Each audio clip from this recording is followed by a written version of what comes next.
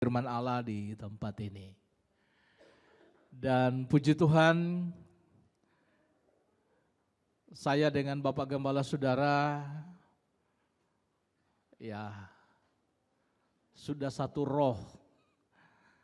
Kami sama-sama di Pomala SMP, ya satu kelas dan satu grup belajar.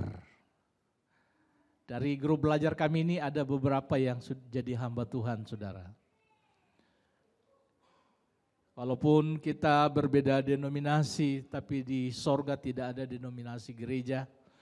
Yang ada adalah orang percaya kepada Yesus.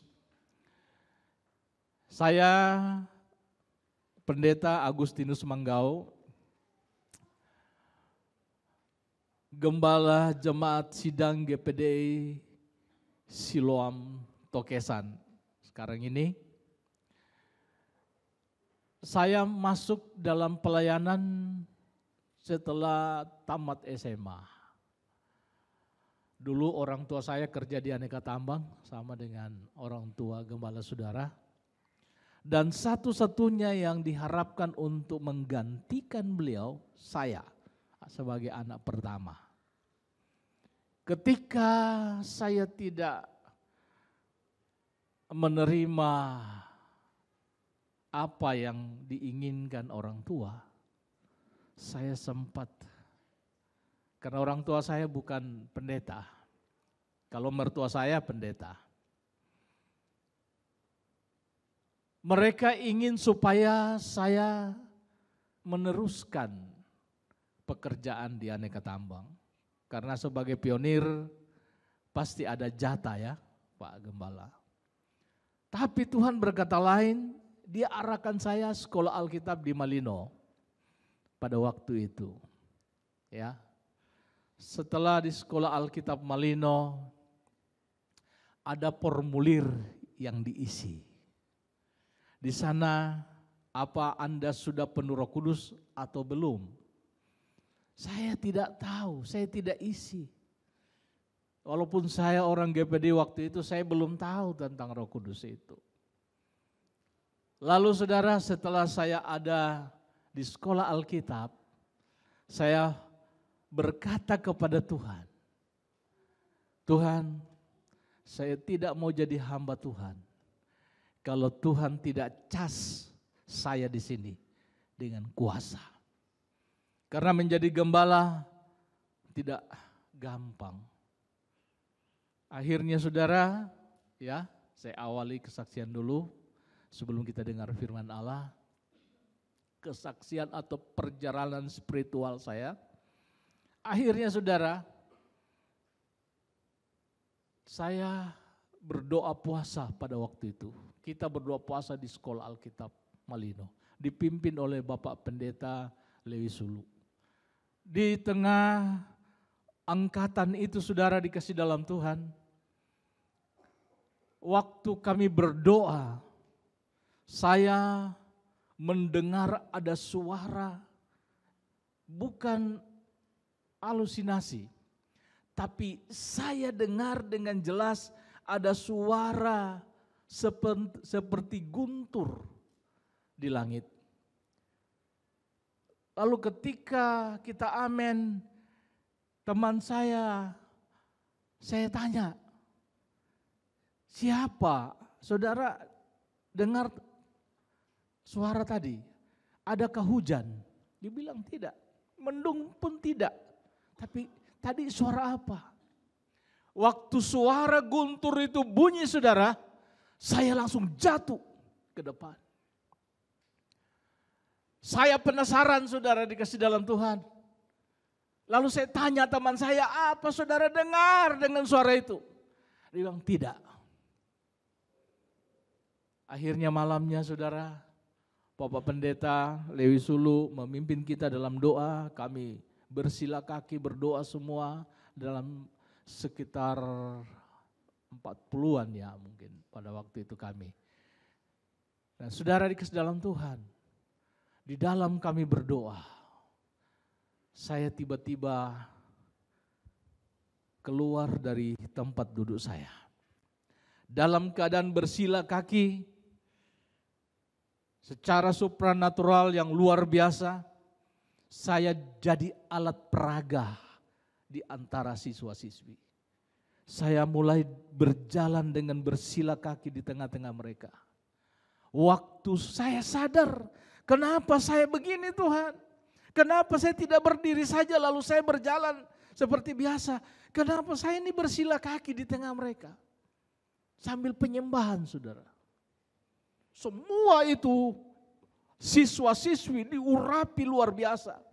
Tuhan datang dengan karakter mereka. Ada yang memang anak keras, tapi Tuhan datang dengan karakternya. Dia terlempar sampai di dinding saudara. Tabrak itu dinding. Hadirat Tuhan hadir itu. Lalu Roh Kudus mengembalikan saya ke tempat duduk saya. Lalu Pak Pendeta berkata, kita akan mendengar firman Tuhan. Ketika saya menutup mata, mau mendengar firman Allah ini, ada sesuatu keajaiban yang tidak pernah saya pikirkan. Apa itu? Seluruh tubuh saya jadi robot. Saya tidak bisa menggerakkan kepala kiri kanan. Ke bawah tidak bisa. Tiba-tiba jadi robot. Dan apa yang terjadi Alkitab itu yang saya buka saudara dikasih dalam Tuhan. Tiba-tiba Alkitab ini terbuka secara sendirinya. Saya tidak tahu apa yang maksud Tuhan. Karena ini sudah jadi robot seperti ada yang mengontrol kepala saya. Akhirnya saudara, saya berusaha mau lihat secara manusia pribadi saya, ini leher tidak bisa. Dan mata saya sudah tersorot luar biasa.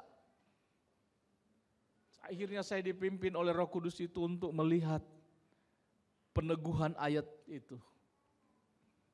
Dan di situ ketika ayat itu datang kepada saya, dia meneguhkan iman saya. Lalu setelah melihat ayat-ayat itu, langsung saya sepertinya lemas, tiba-tiba kayak patah seperti itu. Saya bilang, ada apa Tuhan? Akhirnya malamnya saya tidur. Tuhan datang dalam mimpi. Saya mendaki gunung yang tinggi. Kira-kira 1 meter saya capai gunung itu. Tapi saya berkata, Tuhan, saya sudah tidak sanggup. Saya mau pulang. Waktu saya balik pulang, saya ditarik saudara. Ada tangan yang menarik saya. Naik di atas gunung itu. Saya tiba di atas gunung itu. Saya terbangun. Akhirnya besoknya penempatan praktek. Karena saya ini training di TC dari Pemala. Saya tidak lahir di Toraja. Ya, kita ini anak pulau. Akhirnya apa saudara? Saya ketemu, datang mama mertua saya, waktu itu belum saya pacaran dengan istri saya, belum. Dia datang mencari pengerja. Tiba-tiba sore-sore dia datang dekat saya. Bro, berasal dari mana? Oh, saya dari Pemala. Mau pengerja di mana? Saya tidak tahu. Tapi ada penglihatan, ada ayat berkata, engkau akan melintasi puncak bukit. Kamu akan bersenang-senang melintasi puncak bukit di gunung, puncak bukit di bumi, dan akan mengendarai kemenangan dan akan makan dari milik pusaka Yakub. Ayat itu yang meneguhkan saya di Malino. Nah saudara, saya berpikir mungkin saya akan ditempatkan di daerah gunung. Mungkin. Tiba-tiba ibu yang dekat saya, yang mertua saya sekarang ini, besoknya diumumkan ditempatkan di GPDI Bukit Hermon Salu Sarambu Sanggala. Saya tidak tahu waktu itu daerah mana. Akhirnya di Toraja saudara. Ketika saya diutus ke satu tempat namanya Bastem, itu daerah gunung. Saya sudah mulai yakin bahwa inikah yang Tuhan katakan, saya akan melintasi puncak bukit di bumi. Nah, saudara yang dikasih dalam Tuhan, Tapi saya mau katakan ya sebelum nanti saya selingi lagi. Kalau bukan kekuatan roh, saya tidak ada. Sudah pernah tersesat di hutan, sudah pernah di bawah air sungai, sudah pernah dianggap orang Toraja bilang Pak Karung. Tapi saya ada hari ini karena kuasa Tuhan. Karena apa saudara? Karena ada penyataan khusus itu. Amin. Saya terhubung dengan Tuhan. Saya terhubung dengan Tuhan. Sampai detik ini kita perlu terhubung dengan Tuhan. Amin. Saya ada di Kima ini karena saya terhubung dengan Bapak Gembala. Kalau saya putus hubungan tidak mungkin saya akan ada di sini. Oleh sebab itu hari ini tema khotbah saya terhubung dengan Tuhan. Kita akan baca firman Tuhan di dalam Yesaya pasal 40 ayat 29 sampai 31. Kita bangkit berdiri bersama-sama dalam Yesaya pasal 40 ayat 29 sampai ayat yang ke-31. Kita baca ayat ini saudara. Jika kita melihat semua, ada slide, kita baca bersama-sama. 1, 2, 3. Dia memberi kekuatan kepada yang lelah dan menambah semangat kepada yang tiada berdaya. Orang-orang muda menjadi lelah dan lesu, dan teruna-teruna jatuh tersandung. Tetapi orang-orang yang menanti-nantikan Tuhan mendapat kekuatan baru. Mereka seumpama Raja Wali yang naik terbang dengan kekuatan sayapnya. Mereka berlari dan tidak menjadi lesu. Mereka berjalan dan tidak menjadi lelah. Amin. Silakan duduk. Tetapi orang yang menanti-nantikan Tuhan mendapat kekuatan baru. Artinya orang yang terhubung dengan Tuhan mendapat kekuatan baru. Ada beberapa penyebab orang tidak terhubung lagi dengan Tuhan. Yang pertama, kesibukan yang terlalu lama. Orang kalau sibuk bisa lupa Tuhan. Kita boleh kerja, kita boleh sibuk, tapi harus ada waktu untuk Tuhan. Ini berbahaya, kesibukan yang terlalu lama. Yang kedua, penderitaan yang terlalu lama membuat orang itu bisa bosan berharap. Ini yang berbahaya kalau tidak mampu menjalani penderitaan.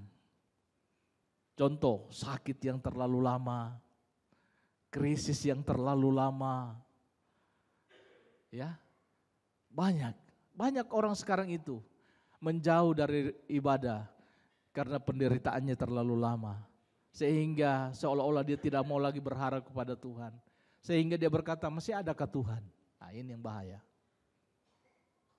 Yang ketiga adalah doanya bertahun-tahun belum dijawab oleh Tuhan. Sehingga dia memutuskan untuk tidak berdoa lagi. Nah, ini yang berbahaya hari ini gereja.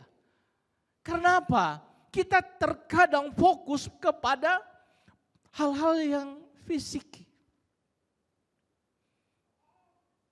Ini bahayanya gereja akibat pergumulan yang tidak selesai-selesai menyebabkan dia seolah-olah berkata, adakah Tuhan? Ini yang berbahaya. Dia lagi sudah bosan berdoa. Sementara Paulus berkata kepada jemaat Tesalonika, tetaplah berdoa. Amin. Karena doa adalah hubungan kita dengan Tuhan.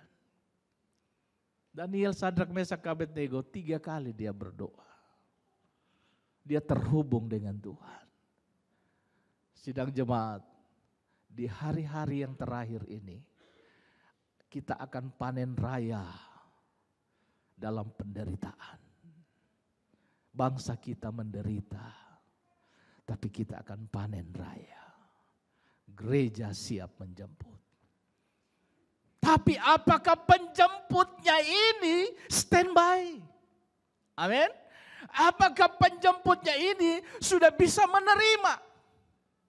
Saya kadang-kala berkata, jangan meminta sesuatu yang kita tidak bisa terima. Contoh, saudara berdoa puasa supaya wanita tunasusila yang ada di sekitar ini diselamatkan oleh Tuhan. Nah, ketika wanita tunasusila itu datang dengan style, datang gereja karena dia belum bertobat, apakah saudara mau usir? Kau harus pakaian baik-baik loh. Kok pakai celana pendek? Ini maksudnya kita kan berdoa untuk mereka. Tuhan sudah kasih, kita usir. Karena kita hanya melihat style kehidupan di luar. Padahal sebenarnya itu jawaban doa kita. Ya mungkin kita izinkan ini hari, besok kita mulai konseling. Mungkin besok kita harus khotbah tentang busana. Amin. Jangan. Kadang-kala orang Kristen meminta salah. Dia minta sesuatu tapi ketika Tuhan kasih dia tidak mampu terima itu. Salah dia.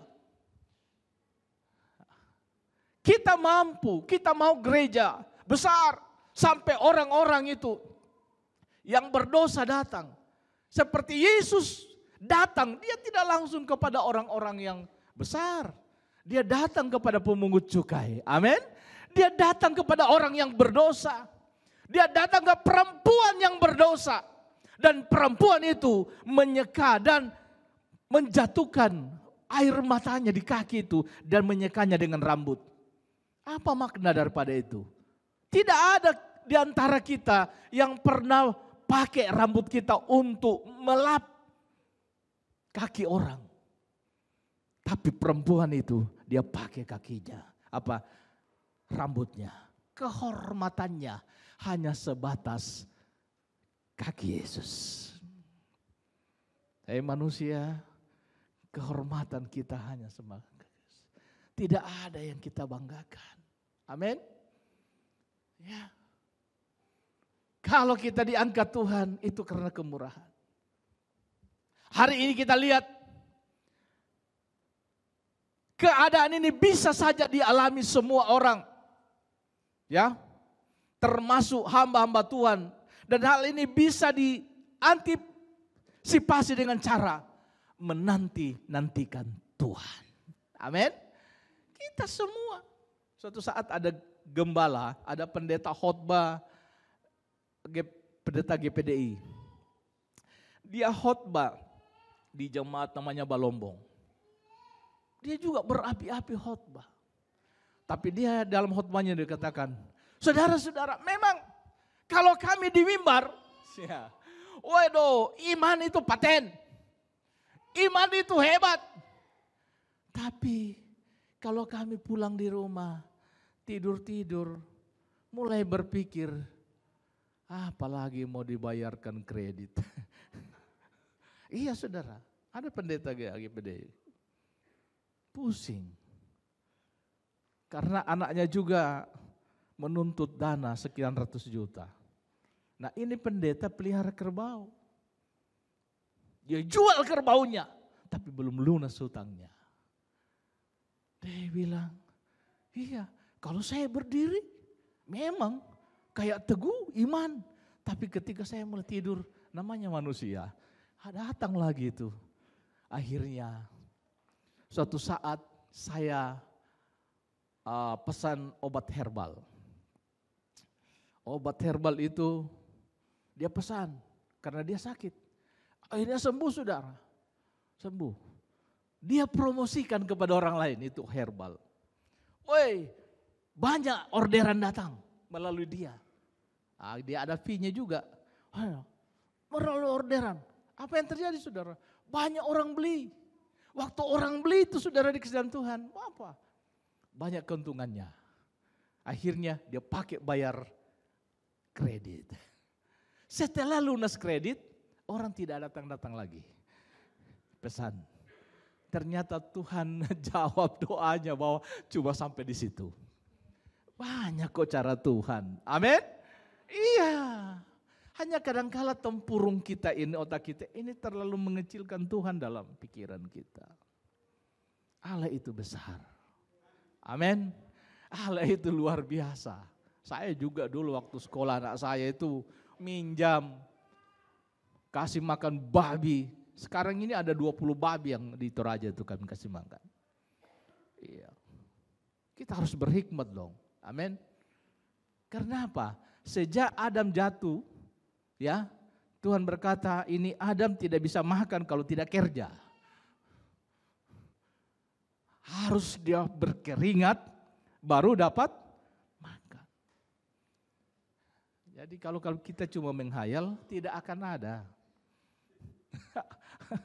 Pasti jalan kita punya pikiran. Jadi saudara, keadaan ini bisa saja dialami semua orang.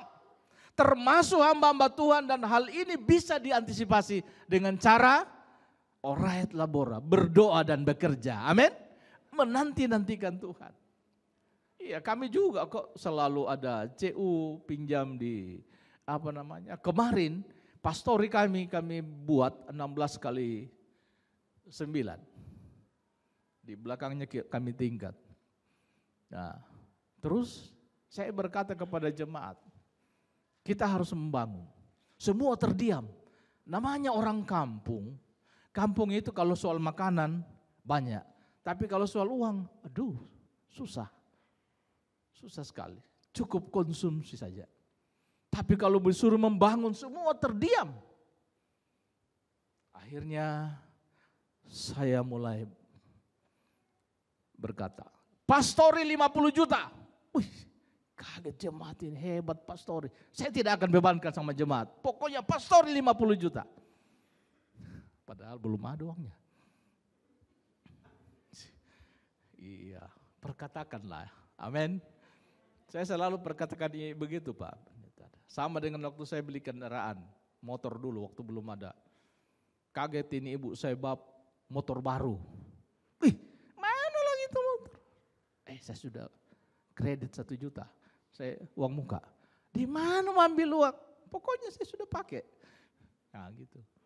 Jadi kalau saya tuh lihat itu, saya kelilingi dulu itu benda itu. Seperti tembok Yeriko kan dikelilingi dulu. Langsung roboh itu motor. Dengan iman. Amin. Iya. Memang iman itu kayak kita seperti orang gila.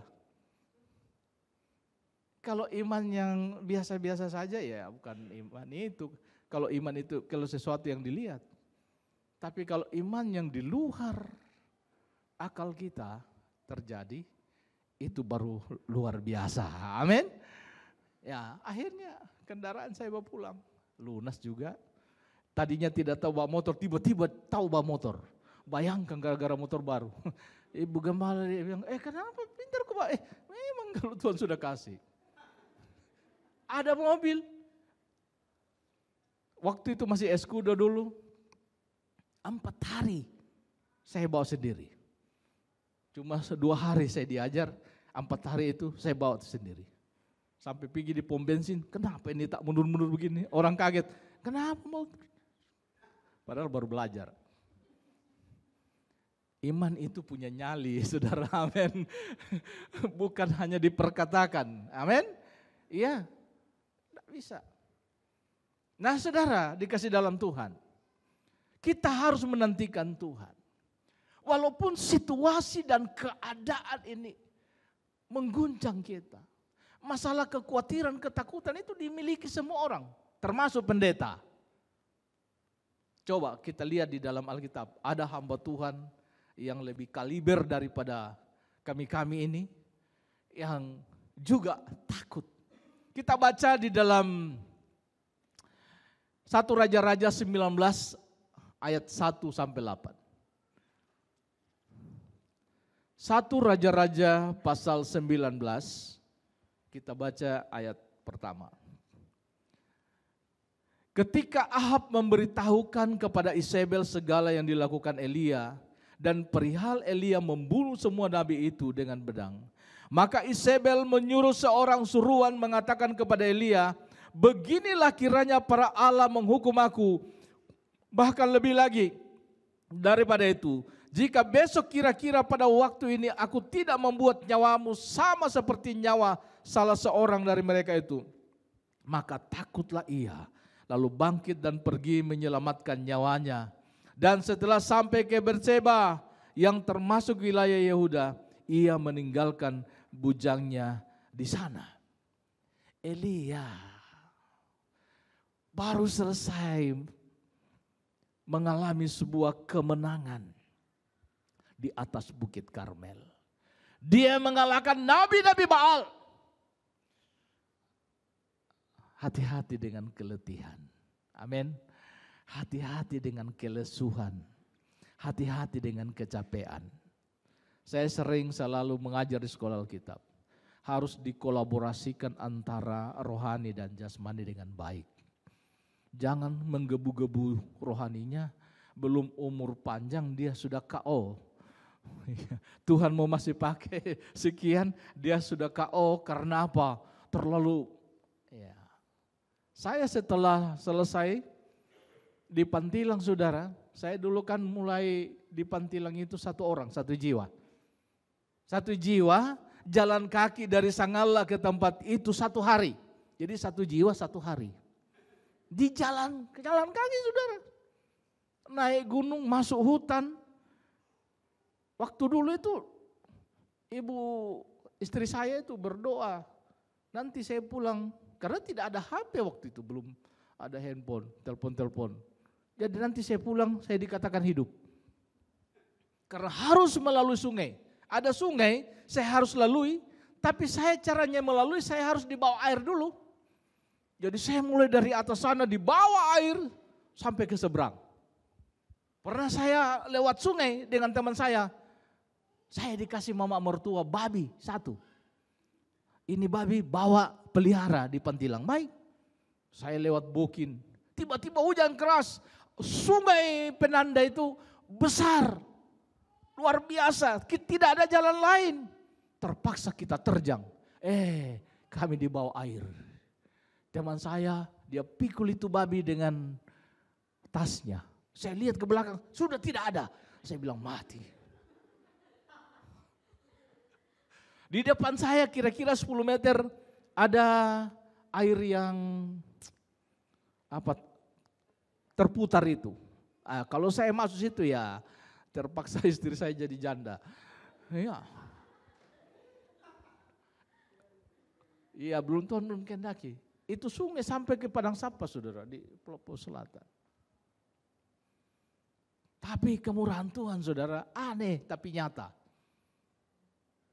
Saya lihat kembali ke belakang. Woi teman saya kembali. Dia angkat. Masih dia pikul itu babi dengan tasnya. Akhirnya Tuhan bawa kami ke samping pematang sawah. Kami duduk termenung. Waktu itu namanya ada berkat, saya pergi ambil wesel, masih wesel dulu. Ada berkat dari Immanuel. 80.000, cuma 80. Tapi besarnya hati kami itu. Jalan satu hari pergi ambil 80.000. Pulang, habis di bawah air sungai. Terus saya tanya teman saya, kau apa yang hilang? Dia bilang dompet saya. Apa isinya? Foto pacar saya. Biar hilang itu foto pacar kau. Daripada kita mati. Tiba di pelayanan saudara, istri saya berkata, kenapa ini kamu basuh? Aduh, hampir kamu janda. Aduh. Nah, saudara, kalau kita terhubung dengan Tuhan, maut apapun, kalau belum waktunya Tuhan izinkan, pasti Tuhan bela. Amin. Ini luar biasa. Jadi saudara saya katakan bahwa ada ketakutan. Memang kita juga takut, seperti Elia. Waktu ditakut-takuti oleh perempuan Isabel ini. Kenapa dia tidak pertahankan imannya ketika dia menyelesaikan pertandingan di Bukit Karmel dan dengan ketika dia ditakuti oleh Isabel. Justru Elia lari dia. Masuk ke padang gurun. Orang kalau stres saudara, apa yang dia bilang? Kalau boleh lebih baik mati saja. Pernah alami saudara itu? Seandainya tanah ini berlubang, lebih baik saya turun di bawah. Itu orang depresi. Elia, pengurapannya luar biasa. Tapi ditakuti oleh Isabel. Dia katakan di ayat 4, tetapi ia sendiri masuk ke padang gurun sehari perjalanan jauhnya, lalu duduk di bawah sebuah pohon arar.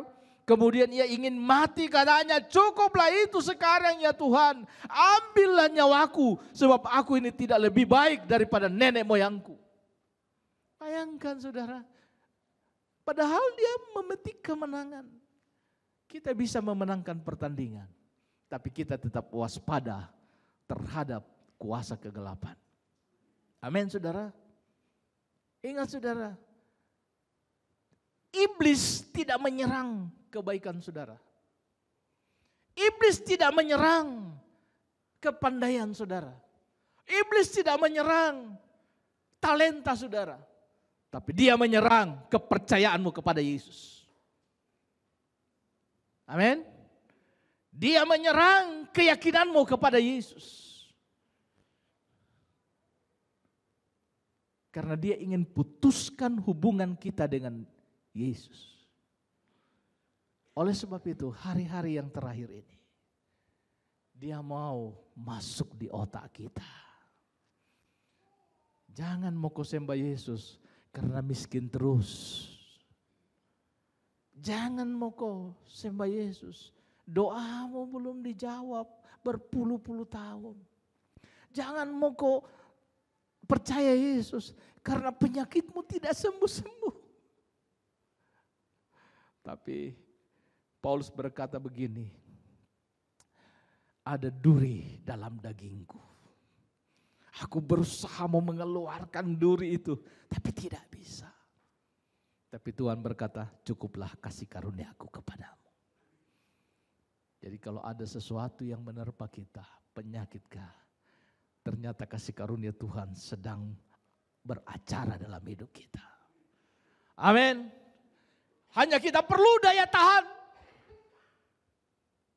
Kita harus jangan sampai putus hubungan dengan Tuhan. Mungkin saudara putus hubungan dengan pimpinanmu di pekerjaan.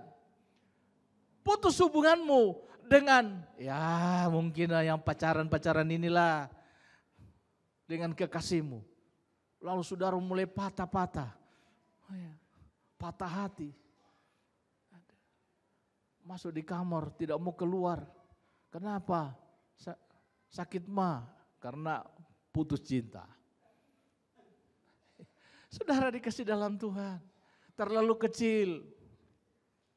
Saya dulu waktu, kan harus dikolaborasikannya antara orang tua dengan anak muda, supaya anak muda juga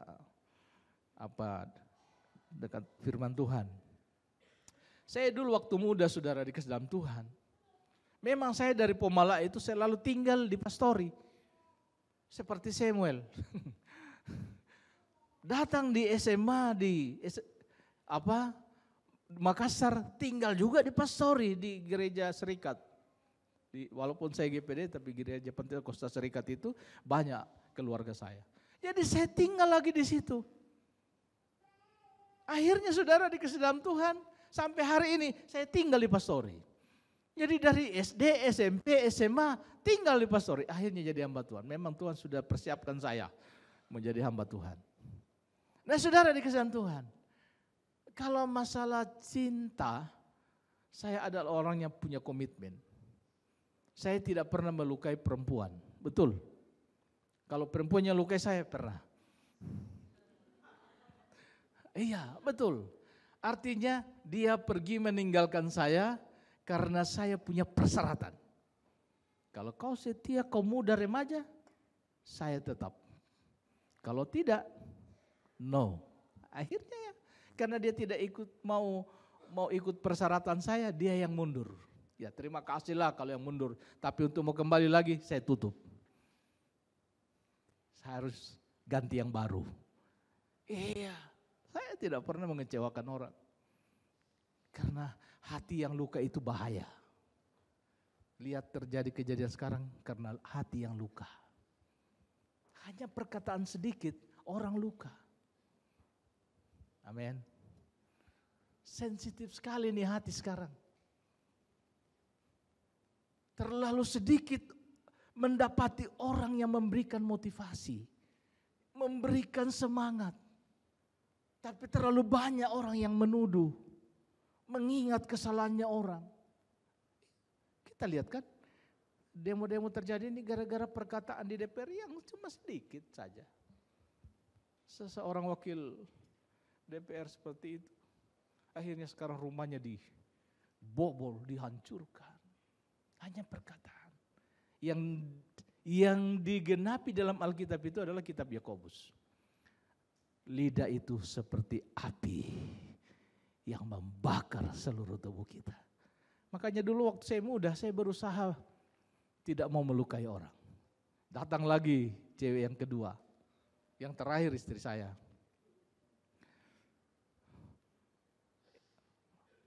Dia datang lagi, oke saya terima.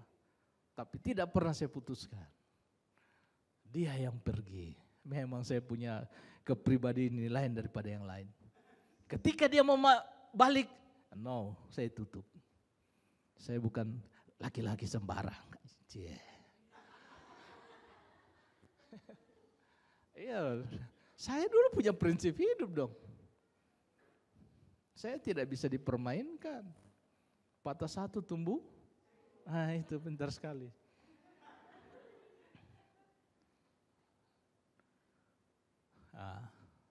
Jadi wanita juga jangan terlalu jual mahal. Karena wanita itu kalau umur belasan tahun itu selalu jual mahal. 20-an tahun mahal sekali.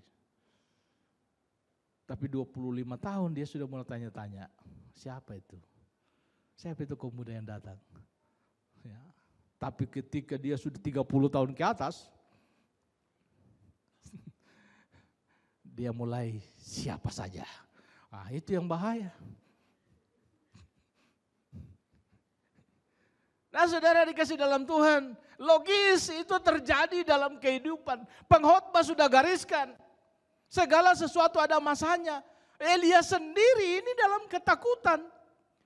Tapi saudara dikasih dalam Tuhan, dalam perjalanan spiritualnya, dalam pelariannya ke padang gurun, Elia mengalami perjumpaan dengan Tuhan.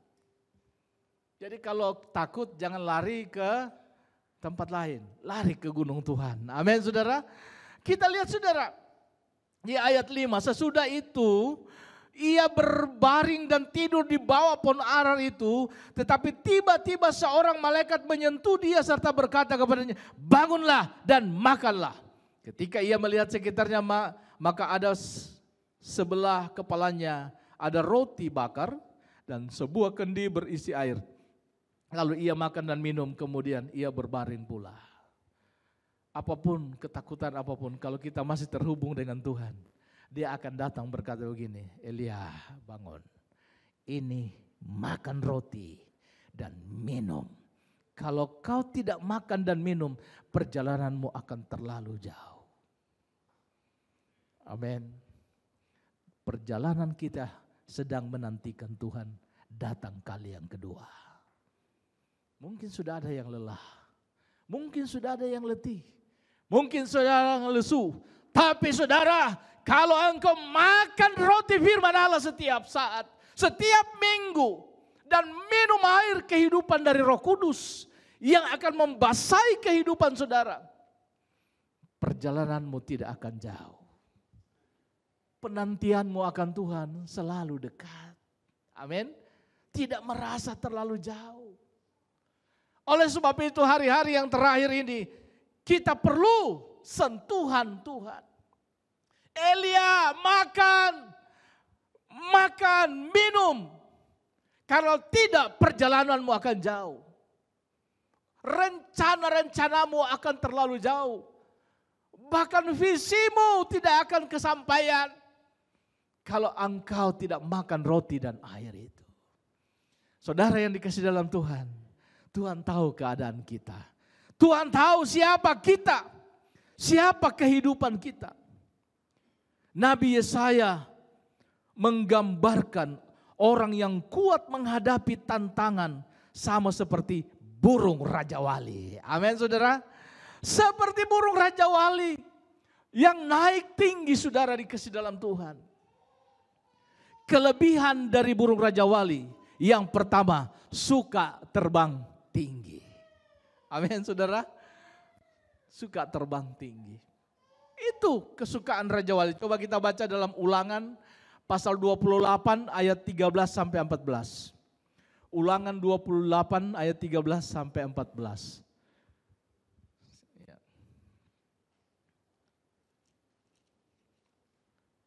Ulangan pasalnya yang ke-28 ayat 13. Haleluya. 28 ayat 13. Kita akan baca. Tuhan akan mengangkat engkau menjadi kepala dan bukan menjadi ekor. Engkau akan tetap naik dan bukan turun. Apabila engkau mendengarkan perintah Tuhan Allahmu yang kusampaikan pada hari ini, kau lakukan dengan setia. Dan apabila engkau tidak menyimpang ke kanan atau ke kiri dari segala perintah yang kuberikan kepadamu pada hari ini, dengan mengikuti Allah lain dan beribadah kepadanya. Amin saudara. Salah satu ciri daripada burung Raja Wali suka terbang tinggi. Allah selalu mengkonsep kita bukan jadi ekor, tapi menjadi kepala. Naik. Orang Kristen harus naik. Orang percaya harus naik, terbang tinggi. Ada satu ilustrasi,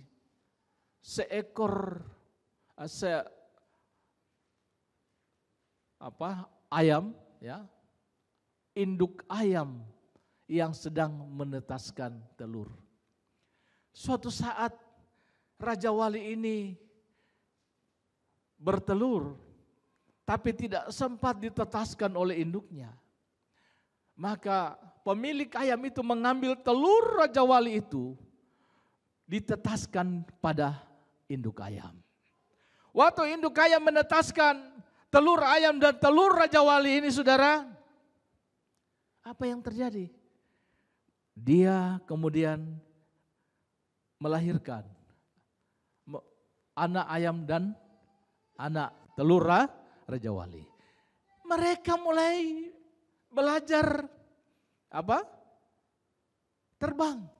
Terbang 1 meter, sama-sama masih sama 1 meter. Terbang 2 meter, Raja Wali terbang juga 2 meter, anak burung Raja Wali. Tapi ketika terbang di atas pohon pisang, masih sama-sama mampu terbang di atas pohon pisang. Semakin besarlah mereka. Ternyata anak ayam itu yang sudah jadi ayam, kemampuannya hanya sampai di pohon pisang. Tapi telur burung Raja Wali yang sudah jadi Raja Wali, sudah sampai di pohon kelapa. Apa yang terjadi saudara? Semakin besar anak ayam ini, yang sudah jadi ayam hanya sampai di pohon pisang. Tapi Raja Wali ini semakin terbang tinggi. Inilah keadaan umat Tuhan di dalam gereja Tuhan. Mungkin kita duduk hari ini, tapi imanmu apakah bertumbuh? Amin. Atau hanya seperti induk ayam, padahal satu makanan yang sama, firman Tuhan yang sama, kebenaran yang sama, tapi ada yang terbangnya hanya sampai di pohon pisang. Tapi tidak seperti burung Raja Wali yang tembus sampai ke awan-awan. Amin saudara, kita harus punya iman. Iman mengalahkan dunia. Amin. Iman. Apalagi saudara yang suka usir-usir setan. Saya pernah khotbah di gereja di Balikpapan. Biar nenek-nenek ompong itu, kalau dia sudah nyanyikan itu, ku kalahkan musuh dan melompat tembok. Haleluya, haleluya. Saya khotbah, saya ngeri lihat kalian tadi. Ngeri apa Pak Pendeta? Bayangkan saudara, itu setan, orang Manado bilang totopore. Tidak akan mendekat. Bayangkan saudara, Sampai melompat tembak, haleluya, ku kalahkan musuh. Tapi coba pulang nanti, keluar dari gereja. Itu setan sudah ngintip di sana itu. Tiba di rumah, ibu, tadi ibu tuh usir-usir saya di gereja ya. Tidak Bapak Pendeta, tidak. Ini setan ini ceritanya. Saya takut tadi di gereja karena kamu terlalu banyak. Tapi sekarang 1 lawan 1. Halo. Tidak sedikit jemaat pulang gereja telepon Pak Pendeta, saya sakit. Pak Pendeta, saya alami begini. Karena mungkin di gereja tadi usir setan. Artinya dia datang ibadah itu asbun. Asal bunyi. Orang usir dia usir juga. Bukan lahir dari iman. Sehingga dia pulang, iblis datang. Iblis punya strategi. Dia tidak mau kalau banyak orang begini. Karena dia pokoknya saya kasihan itu sampai telinga saya itu. Hancur-hancur semua ini pikiran saya gara-gara di strap terus dalam gereja. Tapi nanti saya tunggu di perempatan. Dia gandeng kita. Seperti saya dulu pernah gandeng kuntilanak. Begini ceritanya itu saudara. Suatu saat saya dengan ibu dari mertua, jam 10 malam mau ke Tokesan. Saya masih bawa motor. Saya pikir dia sudah ada di belakang. Saya gas itu motor. Memang berat. Gas. Tiba-tiba sampai di pasar Sangala dekat lapangan. Jatuh, pak. Ternyata yang dia taruh di atas sadel motor di belakang itu tasnya. Saya kaget. Di mana istri saya ini? Kok ada tasnya tidak ada orangnya? Ini. Saya jadi bingung. Tidak masuk akal kan? Tas cuma ditaruh di atas sadel motor kok tidak bisa jatuh. Paling goyang saja 1 meter pasti jatuh. Ini tidak jatuh saudara. 3 kilo masuk situ. Jadi siapa yang saya bonceng itu? Kok kayak berat-berat di belakang? Kuntilanak. Untung dia tidak perlu saya saudara. Karena dia tahu bahwa ini pendeta. Saya kaget, saya teriak, mana istri saya? Saya ketuk pintu. Tetangga mau minta tolong. Ternyata mama mertua telepon. Halo, kau kas tinggal istrimu ada di sini. Lalu saya bingung, siapa yang pegang tas tadi di atas mobil motor saya? Bayangkan. Itu kuntilanak saudara betul-betul itu. Ada itu setan itu. Tapi karena kita ini milik Tuhan dia takut juga peluk saya. Akhirnya dia turun di pasar. Dengan cara dia jatuhkan itu tas. Barangkali dia pegang juga itu tas di atas. Amin. Anak Tuhan itu ditakuti oleh setan saudara. Makanya sekarang ini saya banyak pelayanan yang kesetanan itu. Datang di rumah. Antri saudara. Kadang-kala 4 orang. Setan semua dalam dirinya itu. Jadi saya taruh di gereja. Saya strap dia terguling-guling semua. Saya bilang wah. Ini ilmu-ilmu semua datang di sini. Nah luar biasa saudara. Ada yang datang, Pak Pendeta, itu anak saya tidak mau lagi ketemu Pak Pendeta. Saya bilang kenapa? Dari rumah tadi mau, tapi sekarang tidak mau. Saya bilang ibu, duduk saja, saya yang pergi ambil. Nah, saya tarik itu anak, ikut saya. Wah dia taat saudara.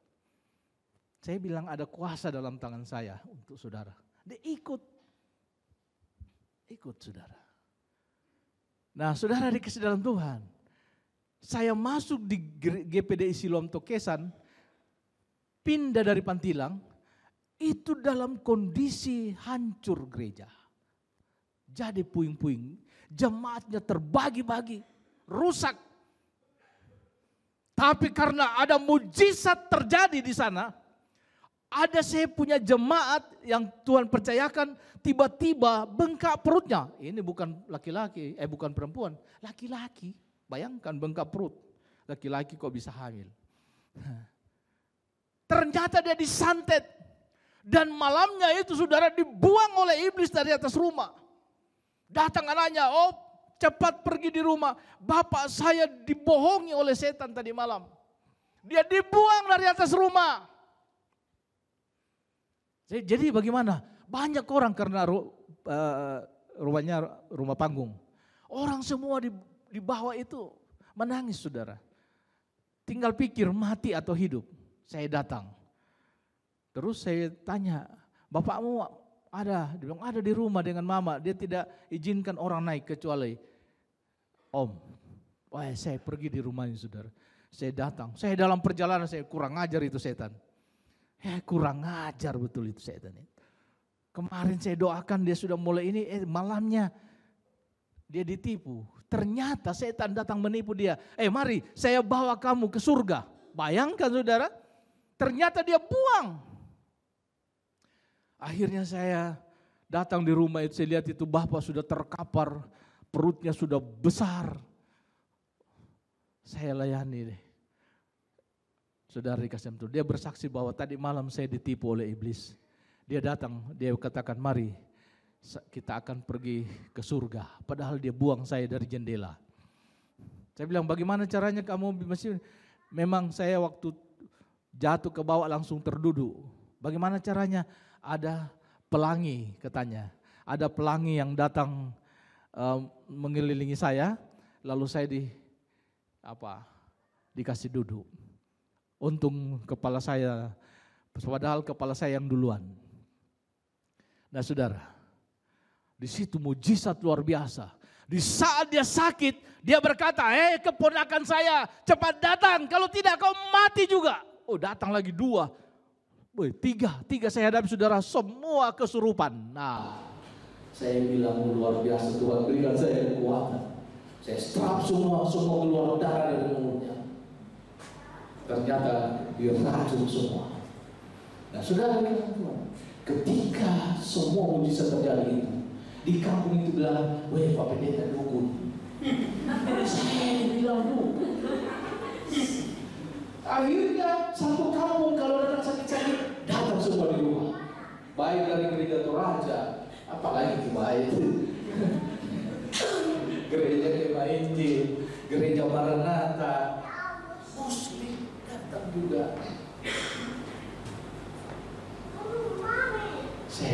Ketika saya doakan dalam nama Yesus, mereka mulai berkata, oh bukan dukun, dia doakan kita. Bahkan ada yang dari seberang, dari Sumalu, itu datang saudara. Suatu saat hari Minggu, saya tidak ibadah di tempat, hanya ada pelayanan. Jemaat telepon, oh cepat pulang. Saya bilang kenapa? Ini sudah ada tamu. Oh memang saya bilang kalau datang temui saya hari Minggu, 2 mobil saudara datang ke gereja. Kaget itu jemaat, dari mana semua ini? Jangan kaget. Kalau Roh Kudus ada, biar kita tinggal di total yang orang tua aja bilang, di sela-sela batu, itu Roh Kudus tarik orang itu. Biar kau tinggal di pinggir jalan, di gereja besar, kalau tidak ada Roh Kudus, susah ditarik. Akhirnya datang saudara 2 mobil, masuk di gereja, langsung penutup gereja. Memang kembali ke kisah Rasul ya, yang bawa jiwa-jiwa masuk di gereja mulai itu Yesus, 3.000 itu Yesus. Kenapa? Di dalam gereja itu ada persekutuan doa, ya, ada perjamuan. Milik mereka di rumah, mereka bawa di gereja, ada perjamuan sosial apa. Amin. Ya, gereja tidak boleh kikir. Orang kikir tidak masuk surga, tidak ada di sini. Nah, saudara yang dikasih dalam Tuhan, akhirnya si tokisan itu menjadi gereja itu menjadi berkarakter, gereja itu menjadi berkarisma. Karena firman Allah berkata dalam Markus pasal 16, tanda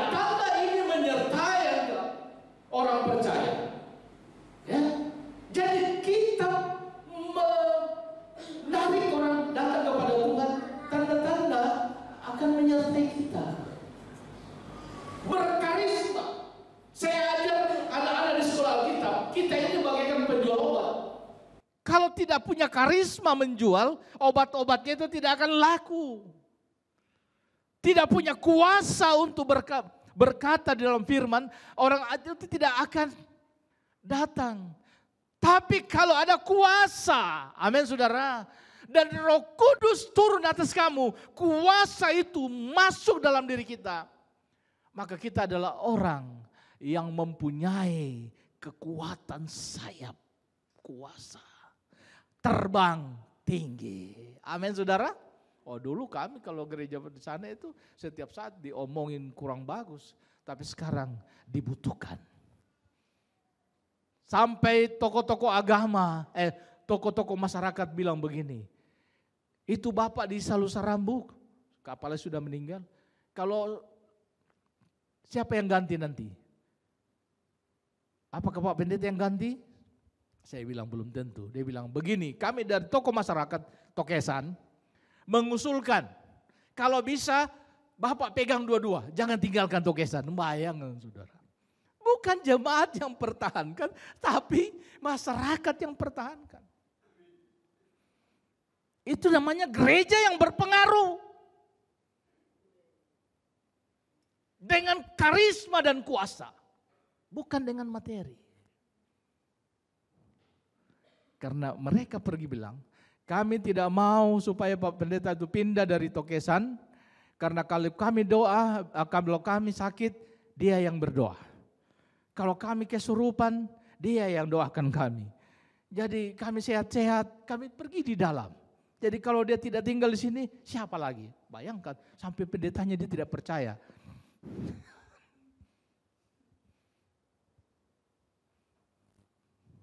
Halo, kuasa itu tidak berubah. Ada di tangan saya. Jemaat saya justru jemaat yang saya layani jarang datang di rumah minta doa. Karena saya sudah ajar. Di tangan kamu semua jemaat ada kuasa. Kalau anakmu sakit, tumpang tangan dalam nama Yesus sembuh. Tapi yang datang di pastori itu orang lain. Bukan jemaat. Jemaat itu tinggal telepon saya, doa saja om, saya telepon, kami sehat. Ya sehat. Jemaat yang militan tidak tergantung pada gembalanya. Karena di dalam dia ada kuasa. Akhirnya apa saudara? Yang datang semua itu orang lain. Amin. Karena jemaat saya kalau saya marahi bukan marah apa ya. Dia itu tidak pernah orang Toraja bilang pecu atau aduh pindah gereja, oh enggak pernah. Pernah ada yang saya tegur, dia pindah gereja pulang kembali. Bayangkan. Karena di gereja saya itu lain daripada yang lain. Ada kekuatan. Amin. Ada kekuatan. Bukan kekuatan manusia, tapi kekuatan roh. Saya bilang, kamu kemanapun, saya hanya jangkau dengan doa saya. Saya tidak akan jangkau dengan yang lain. Tapi saya hanya jangkau saudara dengan doa. Akhirnya dia tidak tenang pergi di gereja itu. Dia sama-sama juga GPD, dia pindah di GPD. Tapi karena GPD-nya itu dia bangun di dekat sawah-sawah. Mungkin dia lewat Pematang terus. Dia bilang, aduh kenapa kita lihat Pematang terus. Anaknya bilang, kenapa mama kita lewat Pematang terus. Padahal ada gereja kita di situ bagus. Itu karena akhirnya dia pulang. Anaknya diberkati hari ini. Ya. Saya sakit ya itu yang obat yang saya kasih resep itu dari anaknya itu yang sudah jadi PNS. Kerja di kesehatan. Saudara. Gila memang. Seperti kita sesuatu yang kita kayak mengada-ada tetapi ada mujizat. Ada yang terlalu formal tapi tidak ada apa-apa. Amin. Ada yang sepertinya keteraturannya luar biasa, terlalu diatur tapi tidak ada apa-apa. Tapi kita yang biasa-biasa saja, ada kuasa. Makanya pendeta-pendeta yang tua dulu, kalau dia sakit, tapi jenguk, saya tidak pernah doakan mereka.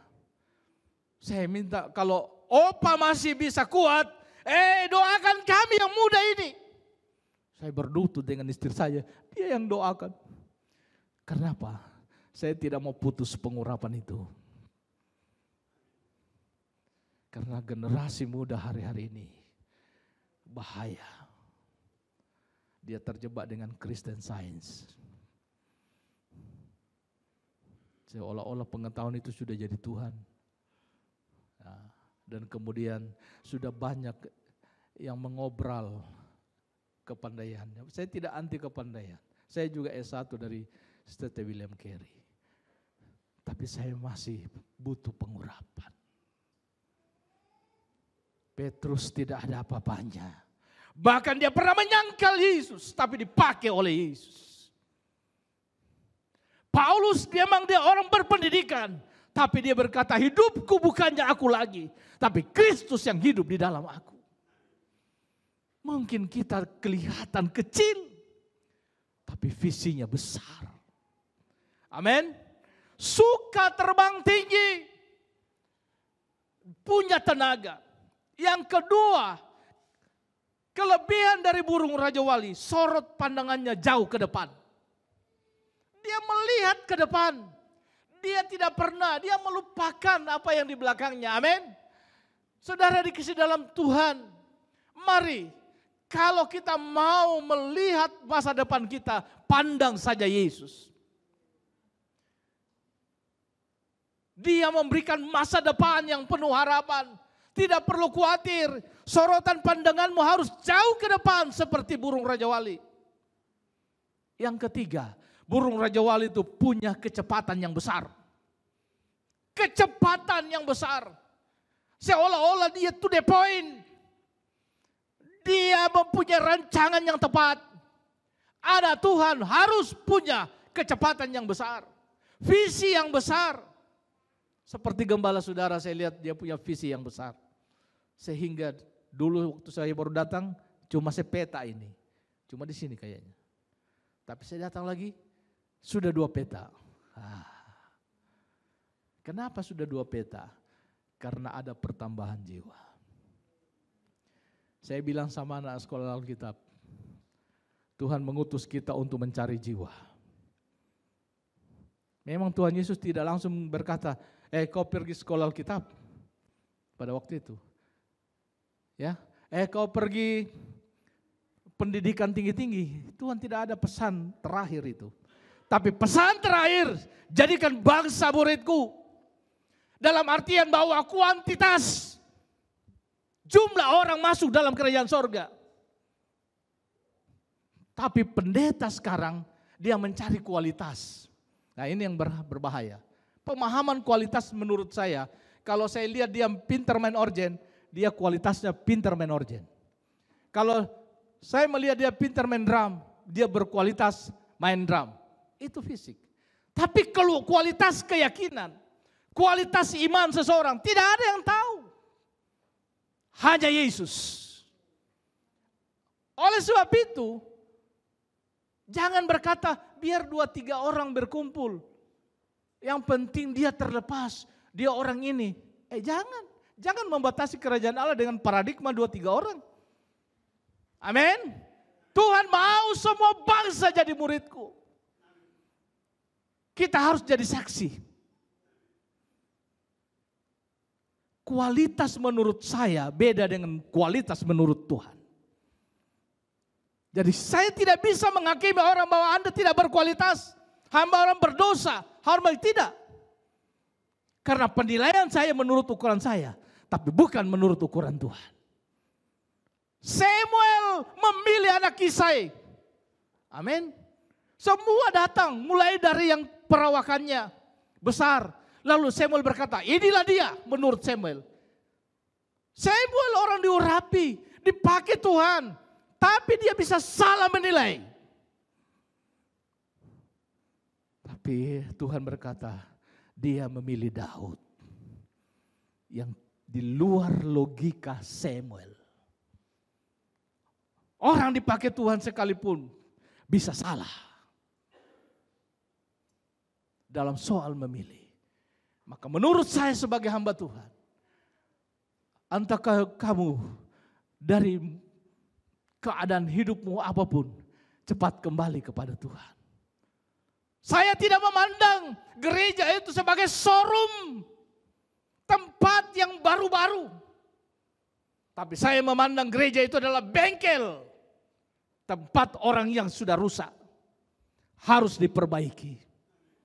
Yesus datang kepada orang Samaria yang berdosa, yang 4 suaminya. Tapi ketika dia berjumpa dengan perempuan itu menjadi saksi di Samaria. Halo, Tuhan datang memulihkan keadaan kita. Haleluya. Saudara dikasih, memang kita butuhkan kualitas iman masing-masing jemaat. Kita butuhkan dia bertumbuh dalam iman. Tapi saya tidak bisa menilai saudara dalam pertumbuhan itu. Karena bisa saja imitasi. Bisa saja kita berpura-pura. Tapi yang saya butuhkan, Anda bertahan sampai ke akhir. Amin. Percaya kepada Tuhan sampai ke akhir. Haleluya. Kita melihat kita mau kuat. Punya kecepatan yang besar. Raja Wali kuat dan punya ketahanan yang hebat menghadapi badai. Makanya kita perlu tenaga dan kuasa. Dalam Lukas 9 ayat 1, sudah tidak bisa ditampilkan lagi Lukas. Di dalam Lukas 9 ayat 1 saudara dikasih dalam Tuhan, di sana dia berkata begini. Maka Yesus memanggil ke-12 muridnya, lalu memberikan tenaga dan kuasa kepada mereka untuk menguasai setan-setan dan untuk menyembuhkan penyakit-penyakit. Tuhan akan memberikan saudara tenaga dan kuasa. Tenaga di sini adalah dinamit, seperti memecahkan batu yang besar. Dan kuasa di sini adalah otoritas yang Tuhan beri. Engkau usir setan demi nama Yesus, pergi. Dia akan pergi. Karena ada otoritas dalam diri saudara dan saya. Ibu-ibu, bapak-bapak, terima otoritas hari ini dari Tuhan. Dunia ini penuh dengan kesusahan. Gelap akan luar biasa. Ada kegerakan yang besar, penginjilan yang besar terjadi. Tetapi ada penderitaan yang besar juga. Ada masalah yang besar kita hadapi. Bagaimana orang sudah krisis kasih. Di dalam jiwa terdalam seseorang ada kekosongan. Dan kekosongan itu yang isi adalah kehidupan saudara. Saudara harus menjadi saksi. Di sini Tuhan akan berikan kamu tenaga. Tuhan akan berikan kamu kuasa. Mujizat itu terjadi. Elia makan roti itu dan minum supaya ada tenagamu. Di zaman Yesus, Roh Kudus itu merupakan tenaga yang tidak kelihatan. Amin. Biarlah Roh Kudus menjamah kita semua hari ini. Tanpa Roh Kudus kita tidak akan mampu. Kita tidak akan sanggup menjalani kehidupan yang penuh dengan kesulitan ini. Saya ini hamba Tuhan yang sudah dibanting betul oleh Tuhan. Jatuh bangun di dalam pelayanan. Saya juga pernah mengalami yang namanya terserah Tuhan. Tapi hari ini saudara, Dia mau memberikan kita kekuatan supaya kita punya daya tahan yang kuat. Lukas pasal 10 ayat 17. Di sana kita melihat saudara di dalam Tuhan, murid-murid selain 12 murid, Yesus memilih 70 murid. Dan saya yakin dari 70 murid, saya tidak tahu murid keberapa saudara hari ini. Amin. Amin saudara. Saudara mau jadi murid Yesus? Saudara mau jadi murid Yesus? Tapi jadi murid Yesus. Yesus tidak mengutus orang, hanya mengutus kosong-kosong begitu saja. Karena Dia tahu lawannya iblis. Tapi Dia harus memberikan tenaga dan kuasa. Di dalam Lukas 10 ayat 17. Kemudian ke-70 murid itu kembali dengan gembira dan berkata, Tuhan, Juga setan-setan takluk kepada kami demi nama-Mu. Wah, bukan cuma 12 murid, tetapi 70 murid juga yang mengikut mereka. Diberi kuasa, apalagi jemaat Kimia di tempat ini, Kimah, keluarga Kimah. Jadi pengaliran kuasa dari masa lampau itu masih terjadi sampai hari ini. Tapi persoalannya, di zaman modern ini, orang sudah bergeser itu. Dia hanya mengandalkan pengetahuan, bukan kuasa. Pengetahuan akan berakhir, bahasa roh akan berakhir. Tapi firman Allah kekal selama-lamanya. Hari ini, dia akan menyentuh setiap pribadi kita. Apa yang terjadi saudara? Lalu kata Yesus kepada mereka, aku melihat iblis jatuh seperti kilat dari langit. Iblis yang jadi saksi. Jadi saudara, kalau saudara bekerja, iblis, Yesus yang jadi saksi. Yesus jadi saksi melihat murid itu dijatuhkan iblis itu saudara. Wah, luar biasa. Luar biasa. Sesungguhnya aku telah memberikan kuasa kepada kamu untuk menginjak ular dan kalajengking dan kuasa untuk menahan kekuatan musuh sehingga tidak ada yang akan membahayakan kamu. Ayat 20. Namun demikian, janganlah bersukacita karena roh itu takluk kepadamu. Tetapi bersukacitalah. Karena apa? Karena apa? Namamu ada terdaftar. Saudara mau terdaftar di surga? Apa kerjamu? Haleluya. Haleluya. Baru lewat sana, lewat kuburan. Ih, takut lewat kuburan. Gimana? Saya dulu guru sekolah minggu di Panara, di mana gitu yang kuburan, di belakang kuburan. Jadi setiap hari saya harus lewat kuburan malam situ. Tidak ada takut-takutnya. Saudara mau terdaftar di sorga? Harus ada yang dilihat oleh Yesus. Oh, ini jemaat di Kima ini ya, jemaat. Dia sedang bekerja. Tuhan lihat pekerjaanmu. Sekecil apapun kalau engkau mendukung pekerjaan Tuhan, besar di mata Tuhan. Namamu tercatat di sorga. Mungkin lupa dicatat ketika disusun acaranya di itu, pemasukan, bantuan dari ibu ini, mungkin lupa. Tapi Anda jangan marah, Tuhan tidak lupa. Saudara yang dikasih dalam Tuhan, namamu terdaftar di sorga. Apapun, sekecil apapun kita pakai, hidup kita melayani Tuhan di muka bumi, didaftar di surga.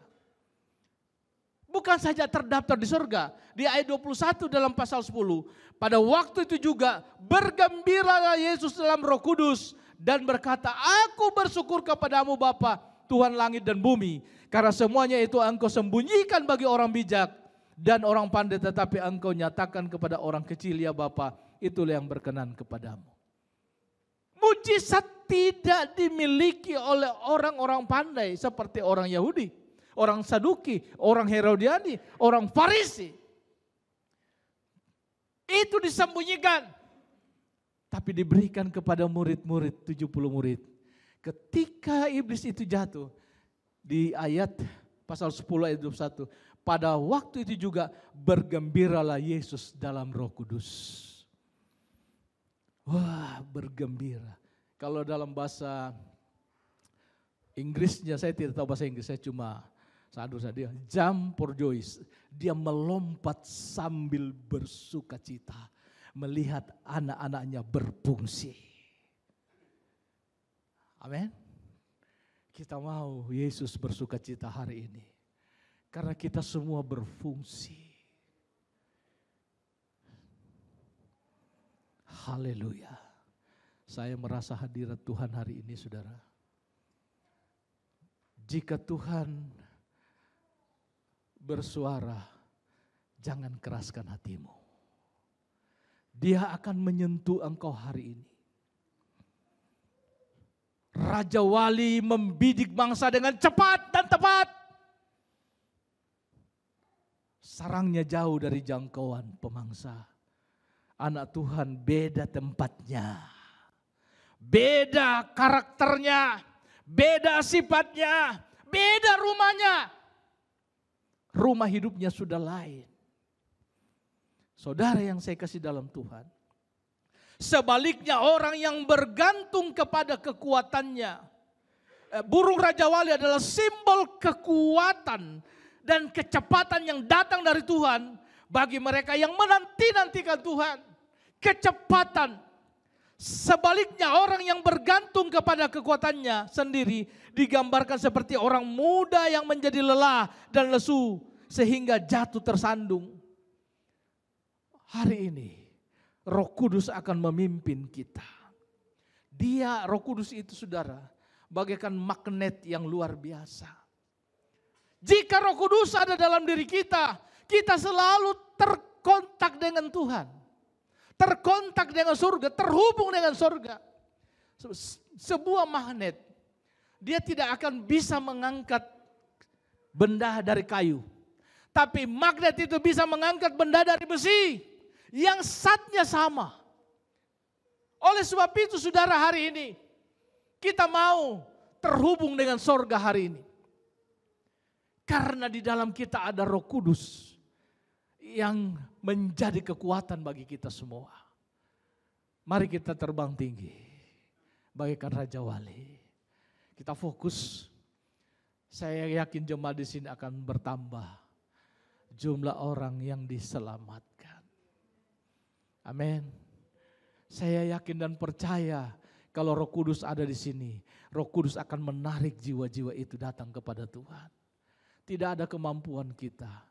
Walaupun kita berbahasa, berpuisi, cara-cara pendekatan bagaimanapun, mungkin itu salah satu untuk memenangkan jiwa. Tapi kalau tidak ada Roh Kudus yang menarik orang itu. Saya hanya mendoakan orang sakit, orang dilepaskan oleh kesurupan dan sebagainya. Baru-baru ini ada seorang anak di Raja, ya, tapi dia sudah tamat. Seorang perempuan yang diperalat oleh setan saudara untuk mencuri. Dia dihipnotis, dia dipergunakan untuk pergi mencuri. Suatu saat dia mencuri di sekolahnya di SMA. Lalu dipulangkan. Dia terisolir dari tetangga karena dianggap bahwa anak ini pencuri kelas berat. Mamanya heran, anaknya kok baik, kenapa tiba-tiba dia bisa begini? Dia datang di rumah, dia datang di pastori. Akhirnya anak itu saya kasih tinggal dulu. Ternyata saudara, di balik dia mencuri ada ilmu hitam. Ada orang yang memasukkan dalam tubuhnya, memanfaatkan dia. Akhirnya suatu saat Tuhan izinkan saya doakan dia. Dia ada satu benda segi 4 itu melompat dari mulutnya. Dan itu terbungkus, dan ketika saya buka ada kain merah yang seperti tanda tambah dan kemudian dililit oleh besi kawat. Keluar melompat dari mulutnya. Anak itu akhirnya dipulihkan saudara. 1 bulan saya taruh di pastori. Lalu dia bilang, Pak, bisakah saya sekolah? Saya bilang, oke, saya akan bawa kau ke sekolah kembali. Saya akan bertanggung jawab. Akhirnya saya bawa ke sekolah. Saya ditanya gurunya, kepala sekolah. Saya bilang, anak ini kalau dia kembali mencuri, saya tanggung jawab. Karena saya tahu bahwa apa yang dia buat itu ada pengaruh okultisme di dalam tubuhnya. Dan itu sudah selesai. Dan puji Tuhan, dia sudah tamat SMA dan kuliah hari ini. Kuasa itu masih ada, mujizat itu masih ada. Dan hari ini dia akan nyatakan di tempat ini. Mari kita bangkit berdiri semua. Saya berhenti berbicara, tapi kuasa Tuhan sedang beracara. Bagi saudara yang ada kelemahan, bagi saudara ada yang kekhawatiran, kebimbangan selama ini, hari ini harus diselesaikan. Jangan terlalu lama menyimpan masalah di otak kita. Jangan terlalu lama menyimpan persoalan hidupmu di otak kita. Jangan sampai memori otak kita ini rusak sehingga kita tidak dipakai lagi. Tapi biarlah masalahmu datang di bawah kaki Tuhan. Hari ini juga saya akan mendoakan saudara yang ingin didoakan. Saudara bisa maju ke depan. Saya akan tumpang tangan. Saya mengimpartasikan kuasa Roh Kudus itu.